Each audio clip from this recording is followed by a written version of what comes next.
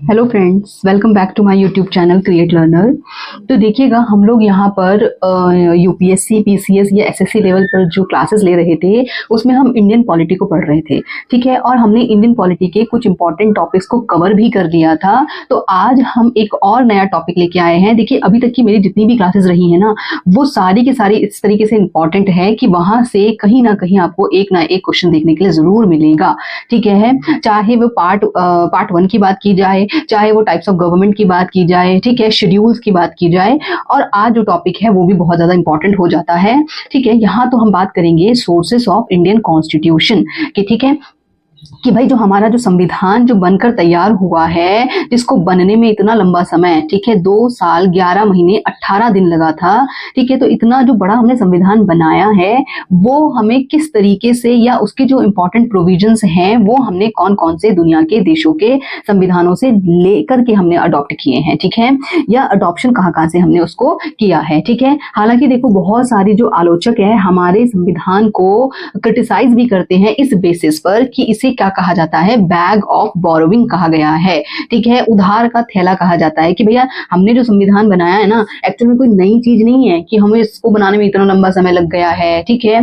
ये हमने दुनिया भर के देशों के संविधानों को ही काट छाट के हमने बनाया है, ठीक है। कभी कभी तो कहा जाता है कि कार्बन कॉपी है उसकी, ठीक। तो यहाँ पर जो हमारे डॉक्टर BR अम्बेडकर हैं, ठीक है, उन्होंने क्या कहा था, ये बहुत इंपॉर्टेंट चीज आ जाती है। देखो, यहाँ से ना मेंस में भी क्वेश्चन बनते हैं कि इस तरीके से आपको बताना होता है कि ये जो क्रिटिसाइज की जा रही है, ठीक है, उसको आपको एक्सप्लेन करना है कि वो सही है या नहीं है, आपको अपना पॉइंट लिखना है उसमें। तो देखिए, यहाँ पर क्या चीजें हैं कि देखो, बैग ऑफ बोरोविंग जो क्रिटिसाइज किया गया है, आलोचकों ने इसे उधार का जो थैला कहा है। डॉक्टर BR अम्बेडकर का कहना है कि देखो भाई, पहली बात तो जो हमने 1950 में जो संविधान हमारा बनकर तैयार हुआ है ना, ठीक है, उससे पहले दुनिया भर के बहुत सारे संविधान बन चुके थे, ऑलरेडी बन चुके थे। और उन संविधानों के जो जिसको बोलते हैं ना विचारधाराएं, मान्यताएं, ये सारी चीजें ऑलरेडी एग्जिस्ट कर चुकी थी, ठीक है। इक्वालिटी का कॉन्सेप्ट, फ्रीडम, लिबर्टी, ये सारी चीजें पहले से ही हो चुकी थी। तो हमने इसमें कुछ अलग से नहीं किया है, दुनिया भर में ये सारी विचारधाराएं फॉलो की जा रही थी। लेकिन हमने इसमें जो नई चीज की है वो की है हमने अपनी डाइवर्सिटी को ध्यान में रखते हुए, ठीक है, हमने भारत की जरूरत के हिसाब से चीजों को काट छाट के अपने लिए उसको तैयार किया है। हमें एग्जैक्ट ऐसा नहीं कह सकते हैं हम कि हमने पूरा का पूरा दुनिया भर के अलग अलग संविधानों से हमने एग्जैक्ट कॉपी किया है। जैसी जरूरत थी हमने पूरी तरीके से उसका आकलन किया और उसके बाद हमने उसको अपने संविधान में शामिल किया, क्योंकि नई तो कोई चीज थी नहीं ना उस समय करने के लिए, ठीक है। जो ऑलरेडी चीजें चल रही थी, हमने उसमें ही चीजों को क्या किया है, हेर फेर किया है, फेर बदल किया है, और अपनी जरूरत के हिसाब से हमने उसको ढाला है, ठीक है। तो इस तरीके की जो क्रिटिसाइज किया जा रहा है वो पूरी तरीके से सही नहीं है, ठीक है। तो भाई, अब क्रिटिसाइज क्यों किया जा रहा था, क्यों किया जा रहा था क्रिटिसाइज, ठीक है। तो ये सारी चीजें क्लियर हो जाती हैं। चलिए, तो अब बात करते हैं कि भाई हमने जो ये बैग ऑफ बोरोविंग कहा है, इसको हमने उधार का जो थैला कहा है, तो क्यों कहा है ऐसा, हमने दुनिया भर के देशों के संविधानों से क्या क्या चीजें ले ली थी, ठीक है। तो देखो, सबसे पहले हम बात करते हैं गवर्नमेंट ऑफ इंडिया एक्ट 1935 की, ठीक है। ये ब्रिटिशर्स के थ्रू हमारे देश में बनाया गया कानून था। ऐसा माना जाता है कि हमारा जो संविधान है ना, उसका मोस्ट ऑफ द पार्ट जो है इसी से लिया गया है, ठीक है। कुछ का कहना है कि ये बिल्कुल कार्बन कॉपी है, फिर वही आपके डॉक्टर अंबेडकर सर की जो बात होती है वो ये है कि भाई कार्बन कॉपी नहीं है, जरूरत के हिसाब से हमने चीजों को यूज किया है, ठीक है। तो सबसे पहला जो प्रोविजन है वो यहाँ पर आता है, office of the governor. Office of the governor का मतलब क्या है कि देखो, गवर्नर कहाँ होते हैं हमारे पास, स्टेट में होते हैं।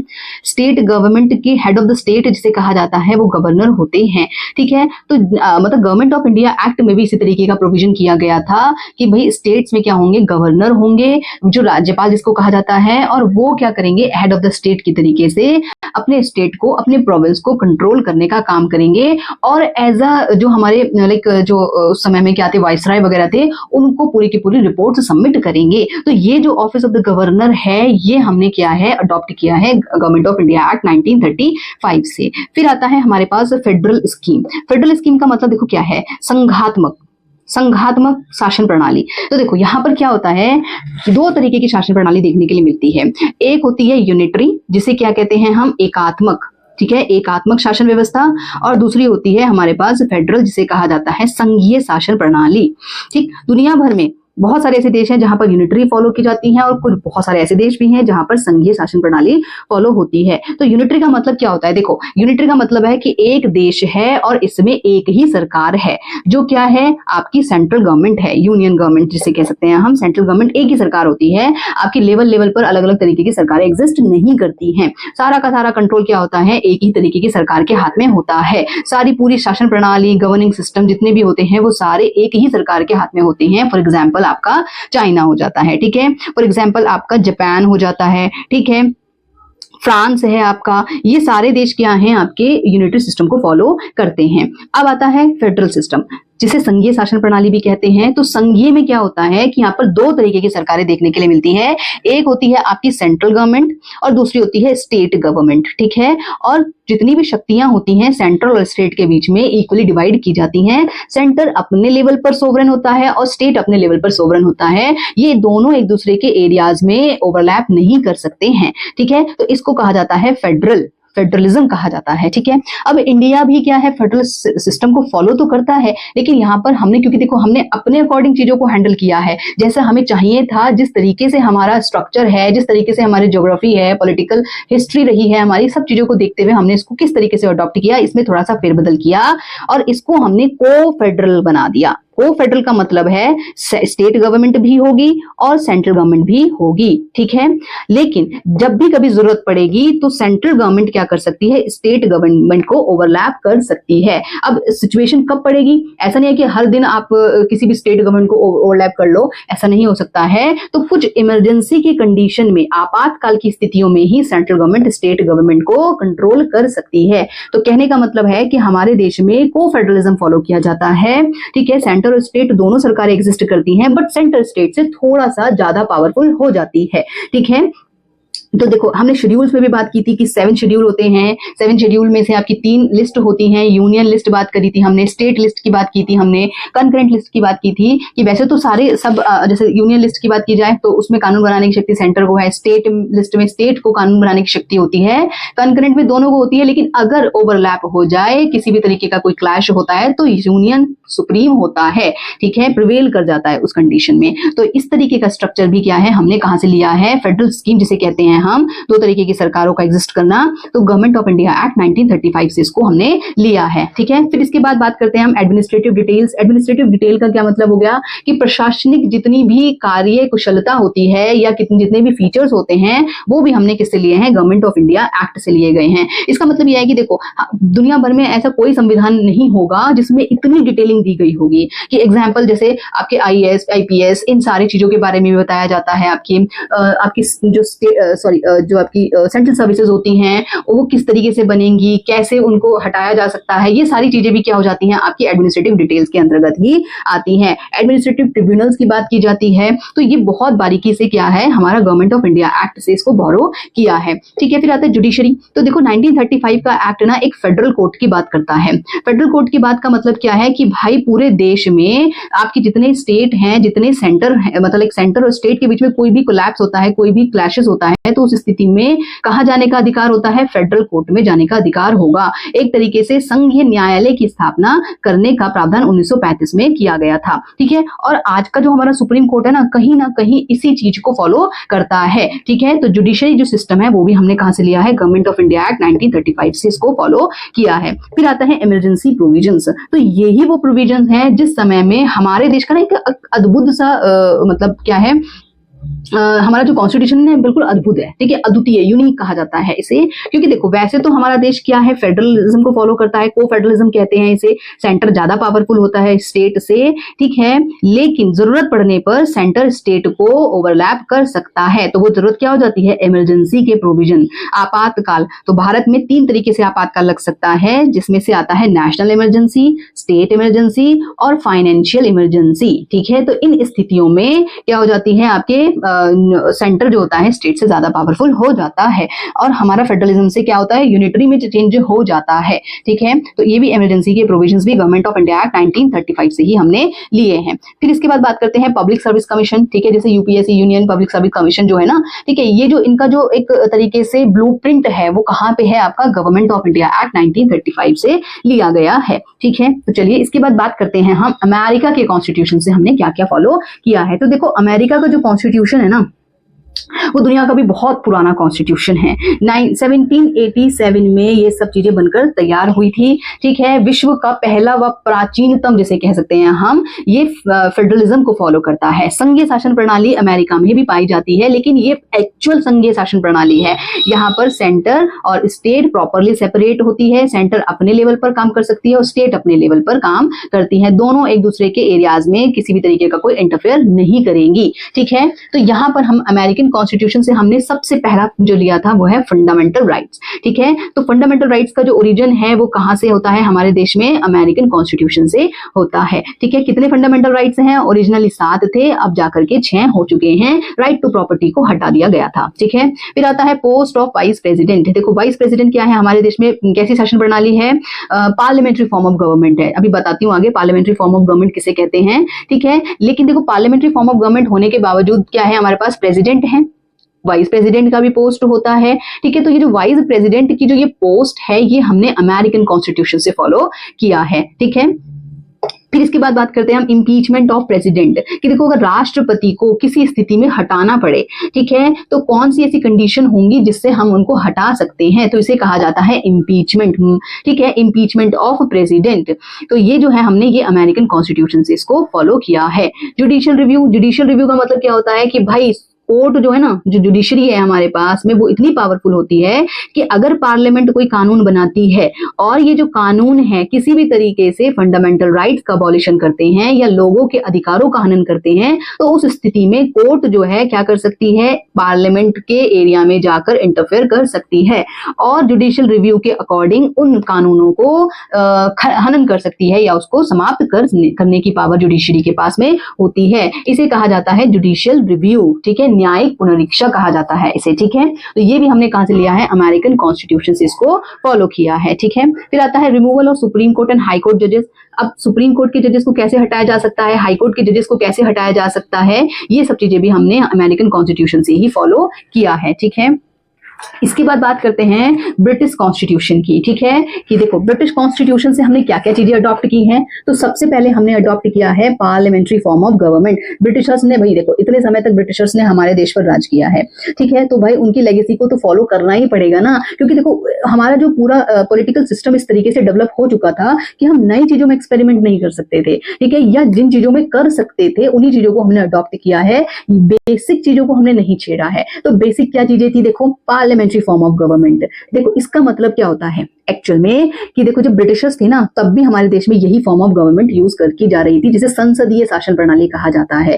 ठीक है, संसदीय शासन प्रणाली, और दूसरी होती है हमारे पास राष्ट्रपति शासन प्रणाली जिसे कहते हैं। ठीक है, अमेरिका में कौन सी शासन प्रणाली है, प्रेसिडेंशियल फॉर्म ऑफ गवर्नमेंट, राष्ट्रपति शासन प्रणाली। ठीक है, और अब ब्रिटिश में कौन सी है, ब्रिटेन में कौन सी है, पार्लियामेंट्री संसदीय शासन प्रणाली। तो पहले से ही हमारे देश में ये फॉलो हो ही रही थी। हम नई चीजों में जंप करना हमारे लिए बहुत ज्यादा चैलेंजिंग हो सकता था। एक तरीके से हमारे को फाउंडेशन को ही चेंज करना पड़ रहा था, जबकि उस समय में भारत के सामने इतने सारे चेंजेस थे, इतने सारे आपके चैलेंजेस थे। ठीक है, तो हम उनकी तरफ टारगेट करते कि हम अपनी फाउंडेशन को ही चेंज कर लेते। ठीक है, तो कॉन्स्टिट्यूशन मेकर्स ने यही सही समझा कि भाई फाउंडेशन को चेंज करने से अच्छा है जो और प्रॉब्लम्स हैं, जो और चुनौतियां हैं, उनकी तरफ ज्यादा ध्यान देना जरूरी रहेगा। तो इसीलिए हमने पार्लियामेंट्री फॉर्म ऑफ गवर्नमेंट को ही फॉलो किया है। तो देखो ये होती क्या है, इसमें एक्चुअल में ना 2 तरीके के हेड होते हैं। 2 तरीके के हेड मतलब एक होता है आपके पास नॉमिनल हेड, दूसरे होते हैं हमारे पास रियल हेड। ठीक है, वहीं अगर मैं प्रेसिडेंशियल फॉर्म ऑफ गवर्नमेंट की बात करूं तो यहाँ पर सिंगल हेड होता है। सिंगल हेड मतलब प्रेसिडेंट। प्रेसिडेंट ही आपके राज्य के भी प्रमुख होते हैं, स्टेट हेड भी होता है और गवर्नमेंट का भी हेड होता है। शासन जो सरकार होती है वो भी इन्हीं के अंडर में होती है और राज्य भी। ठीक है, जब नॉमिनल की बात की जाती है पार्लियामेंट्री फॉर्म ऑफ गवर्नमेंट में, तो नॉमिनल होते हैं राष्ट्रपति। ठीक है, नामात्र के होते हैं राष्ट्रपति, लेकिन रियल पावर जो होती है वो प्राइम मिनिस्टर के हाथ में होती है। ठीक है, तो हमारे देश में इस तरीके की शासन प्रणाली फॉलो की जाती है। हालांकि पार्लियामेंट्री फॉर्म ऑफ गवर्नमेंट और प्रेसिडेंशियल फॉर्म ऑफ गवर्नमेंट में के अलग बहुत सारे फीचर्स होते हैं, उनको हम किसी नेक्स्ट वीडियो में क्लियर करेंगे, ठीक है। फिर आता है बाई कैमरलिज्म, ठीक है, इसे बोलते हैं द्विसदनीयता। दो सदन है ना हमारे दो सदन, ठीक है। संसद को देखेंगे ना हम, तो संसद में दो सदन होते हैं, एक लोकसभा और एक राज्यसभा। क्यों है ऐसा? लोकसभा और राज्यसभा एक सदन से ही क्यों काम नहीं करना, क्यों नहीं चल सकता था? तो देखो क्या होता है कि पहली बात तो ये होती है कि जो लोकसभा है ना, तो लोकसभा लोगों को रिप्रेजेंट करती है, जनता का डायरेक्ट प्रतिनिधित्व जो होते हैं लोकसभा में मिलते हैं। वहीं राज्यसभा जो होती है वो राज्यों का प्रतिनिधित्व करती है, पहली बात। दूसरी बात कि देखो कभी कभी कैसा क्या होता है कि अगर सपोज करो एक ही सदन होता तो अपने अकॉर्डिंग बहुमत से किसी भी तरीके के कानून को लेके आता, मेजोरिटी होने की वजह से पास होता, और इस तरीके से मतलब एक ऐसा कह सकते हैं आप निरंकुशवादिता देखने के लिए मिल सकती थी। किसी भी तरीके की लॉ लेके आए, फटाफट पास करवाया और प्रदेश में इंप्लीमेंट करा दिया। अब जनता को क्या उससे इंपैक्ट पड़ रहा है, उससे कोई लेना देना नहीं है। लेकिन यहाँ पर एक्चुअल में क्या है, लोकसभा और राज्यसभा दोनों है। अगर लोकसभा कोई ऐसा कानून लेके आती है जिसमें राज्यसभा को लगता है कि नहीं भाई ये वाला जो कानून है वो जनहित में नहीं है, तो उस स्थिति में इसको क्या कर सकते हैं, वो खत्म कर सकते हैं, या उसको पास ही ना करे तो आपका क्या होगा, कानून जो बिल होगा, विधेयक जो होगा वो कानून ही नहीं बन पाएगा। तो इस तरीके से कोई डिसीजन जो यहाँ पर लोकसभा ले रही थी अकेले होने की वजह से, वो राज्यसभा उसको क्या करती है, थोड़ा सा रोक लगा देती है, थोड़ा सा लिमिट लगा देती है, ठीक है। तो इस वजह से संसद जो आपकी द्विसदनीयता है वो एक पॉजिटिव अप्रोच को फॉलो करती है, ठीक है। फिर आता है हमारे पास कैबिनेट सिस्टम। कैबिनेट सिस्टम भी क्या है, हमारे पास ब्रिटिश कॉन्स्टिट्यूशन से फॉलो किया जाता है कि भाई क्या होते हैं हमारे पास लोकसभा में, राज्यसभा में कुछ ऐसे सदस्य होते हैं जो मंत्री पद पर होते हैं, और जो प्राइम मिनिस्टर होते हैं ना, इन्हीं कैबिनेट की मदद से एक छोटा सा आप कह सकते हैं एक सर्कल होता है, एक ग्रुप होता है, जिनकी मदद से पूरे देश की शासन प्रणाली चल रही होती है, पूरे देश का गवर्निंग स्ट्रक्चर फॉलो किया जा रहा होता है, ठीक है। तो इसे कहा जाता है कैबिनेट सिस्टम। फिर आता है हमारे पास पार्लियामेंट्री प्रिविलेजेस। पार्लियामेंट्री प्रिविलेजेस का मतलब है कि देखो जितने पार्लियामेंट के जितने सदस्य होते हैं ना, आप एमपीज कह लीजिए, ठीक है, तो उनके पास कुछ विशेषाधिकार होते हैं कि भाई उनको ऐसे सदन में से आप क्या नहीं कर सकते हो, लाइक उनको बोलने से रोक नहीं सकते हो। अगर वो किसी की मतलब जैसे पार्लियामेंट में रहते हुए किसी की निंदा करते हैं, हालांकि एक लेवल क्रॉस नहीं होना चाहिए, तो आपको जेल वगैरह नहीं हो सकती है। तो ऐसे बहुत सारे प्रिविलेजेस उनको दिए जाते हैं, इसे कहा जाता है पार्लियामेंट्री प्रिविलेजेस। ये भी ब्रिटिश कॉन्स्टिट्यूशन से फॉलो हुआ है, ठीक है। फिर आता है rule of law. Rule of law का मतलब क्या होता है, भाई हमारे देश में ना कानून का शासन है, कानून से ऊपर कोई नहीं है, चाहे वो किसी भी रिलीजन से फॉलो होता हो, किसी भी रेसिस का हो, किसी कास्ट का हो, ठीक है, तो कानून का ही शासन सुप्रीम होता है, उससे ऊपर कोई नहीं होता है, ठीक है। इक्वालिटी बिफोर लॉ जिसे कहा जाता है, वो सब चीजें फॉलो होती हैं। फिर इसके बाद आता है सिंगल सिटीजनशिप। सिंगल सिटीजनशिप का मतलब है एकल नागरिकता, ठीक है। हम कोई आप लोग जो भी रह रहे हो, कोई अपने आप को लाइक किसी एक स्पेसिफिक राज्य से रिप्रेजेंट नहीं करता है, ठीक है। तो हम क्या है, इंडियन सिटीजन है, हमारे पास एकल नागरिकता है। तो ऐसा कोई देश भी है जहां पर दोहरी नागरिकता दी जाती है, तो ठीक है। जैसे मैं बात करूं यूएसए, यूएसए में क्या है, जो यूएसए में अलग अलग 50 स्टेट्स हैं, 50 स्टेट्स में रहने वाला व्यक्ति जो होता है उस स्टेट का भी नागरिक कहलाता है और यूएसए का भी नागरिक कहलाता है। दैट मीन्स उसके पास डबल सिटीजनशिप होती है, दोहरी नागरिकता यहाँ पर देखी जाती है, ठीक है। तो सिंगल सिटीजनशिप का कॉन्सेप्ट भी हमारे पास ब्रिटिश कॉन्स्टिट्यूशन से ही फॉलो किया है, ठीक है। फिर आता है हमारे पास कैनेडियन कॉन्स्टिट्यूशन। सबसे पहला तो यही है, federal system with strong centre authority, जो मैंने भी क्लियर किया था कि भाई संघीय तो है लेकिन सेंटर के पास में ज्यादा पावर होती है। फिर आता है रेसिडुअल पावर इन सेंटर, कि देखो जैसे शेड्यूल्स में बात करते हैं हम, 7th शेड्यूल बात करती है लिस्ट की, एक यूनियन लिस्ट, एक स्टेट लिस्ट, एक होती है कंकरेंट लिस्ट। इसके अलावा भी कुछ ऐसे टॉपिक्स होते हैं जो इसके अलावा भी कुछ ऐसे टॉपिक होते हैं जो इन लिस्ट में मेंशन नहीं होते हैं, तो उसे रेसिडुअल सब्जेक्ट कहा जाता है, और इन सब्जेक्ट्स पर कानून बनाने की शक्ति यूनियन के पास में होती है, ठीक है। फिर आता है हमारे पास appointment of state governor by centre. देखो स्टेट के जो गवर्नर होते हैं ना, उनको नियुक्त करने की शक्ति सेंटर के पास में होती है, ठीक है। सेंटर ही क्या कर सकते हैं, अलग अलग स्टेट के गवर्नर को नियुक्त कर सकते हैं, ठीक। तो यहाँ पर ये सारी चीजें क्या हो जाती है, कैनेडियन कॉन्स्टिट्यूशन से हमने फॉलो किया है। फिर आता है हमारे पास ऑस्ट्रेलियन कॉन्स्टिट्यूशन, ठीक है। भाई देखो दुनिया भर के अलग अलग संविधानों से हमने अलग अलग चीजें फॉलो की है ना। चलिए फिर आता है हमारे पास ऑस्ट्रेलियन कॉन्स्टिट्यूशन। तो ऑस्ट्रेलियन कॉन्स्टिट्यूशन से भी हमने कुछ ना कुछ फॉलो किया है, ठीक। तो यहाँ पर आती है कंकरेंट लिस्ट, वही कंकरेंट लिस्ट कि भाई यूनियन और स्टेट दोनों कानून बना सकते हैं, लेकिन अगर यूनियन में अगर कानून बनाते समय यूनियन और स्टेट के बीच में कोई भी विरोधाभास होता है तो उस समय में यूनियन की लिस्ट प्रिवेल करती है। ये जो लिस्ट है इसका भी ओरिजिन हमारे को ऑस्ट्रेलियन कॉन्स्टिट्यूशन से मिलता है। फिर आता है ज्वाइंट सिटिंग ऑफ पार्लियामेंट, ठीक है। वही अभी लोकसभा और राज्यसभा की बात करी, ठीक है। लोकसभा और राज्यसभा